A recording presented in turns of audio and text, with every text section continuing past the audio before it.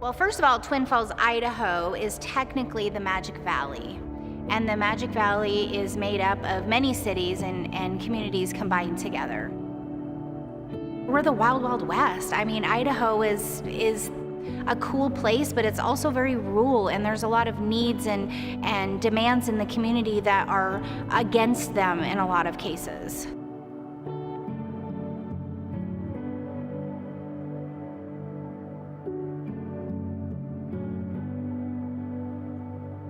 So excited. My company sponsored me to be able to go. It was part of my passion. Our partner went with us, which is Cliff Bar, and it was just a great opportunity. I had seen Jess speak before, actually, on another Leadercast, and she was just awesome, and I'm thinking, what could she talk about that is going to change everything for me this time? Jess talked about Headbands for Hope, and after that, Sonia was like, we have got to bring Headbands for Hope to Twin Falls. In our community, it is very important that we support the Cancer Center and the hospital because it is the hub for 150 miles for anyone to get cancer treatment or any kind of severe medical surgery or anything like that. It was the aha moment of, wow, we really need to bring that to people in our community. So as soon as there was a break, we went into the lobby, we hunted Jess down, and Sonia said, I'm from a small town, but we have to have Headbands for Hope in Twin Falls. Can we get some headbands? I just went up to her and said, I want to do this in our community. Can I get your picture and your information? And Jess said, absolutely, let's get our people together. We were very fortunate that Sonia and a couple employees from Cliff Bar were able to go to Leadercast Women in October. When I really heard what Headbands of Hope was, it touches you. Of course, we had a budget, had to find a sponsor. I didn't know how much it was going to cost. That was the biggest piece, is like, how much is it going to cost? We went to AmeriPride and asked Dee Jacobson if she would be interested. And she said, absolutely, let me ask my boss, but I'm pretty sure that we can do this. Went to them and they said, yes, we will 100% fund this sponsorship. I'm not a cancer survivor, but I have done a lot of work with different avenues in cancer support, and I've always been looking for something that I can bring to our community to help out, because for me, that's what it's all about.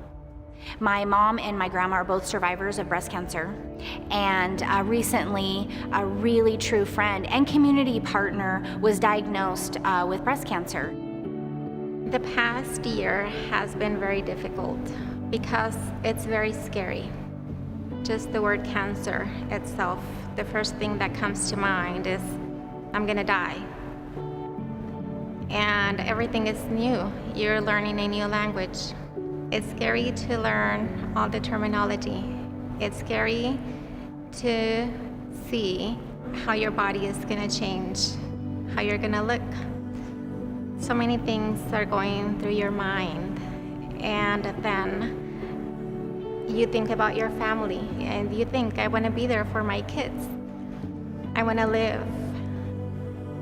Having the support of the community, I don't think that we can go through this alone if we did not have that support, that friend to talk to, or just having somebody always reaching out to you and saying, I'm here for you. I think that is what has helped me.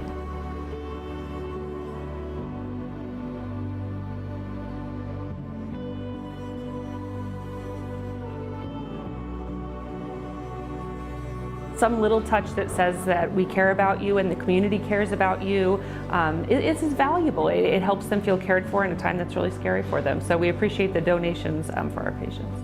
I think a gift like that, it means the world to me.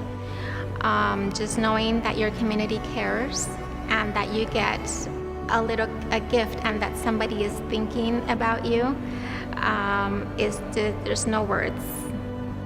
I believe that leaders need to devote their time and their energy to their communities, because that's how we build our next generation of leaders. It's our job. It really is. I believe that is why we're put here and why we're in a leadership role in the first place. It's important for people or organizations, nonprofits to support their communities because they are a part of that community.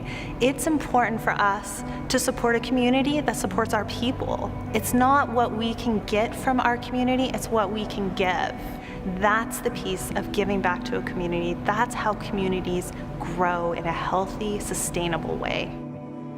This community, is the people. That's what it's about for me. The people, their family,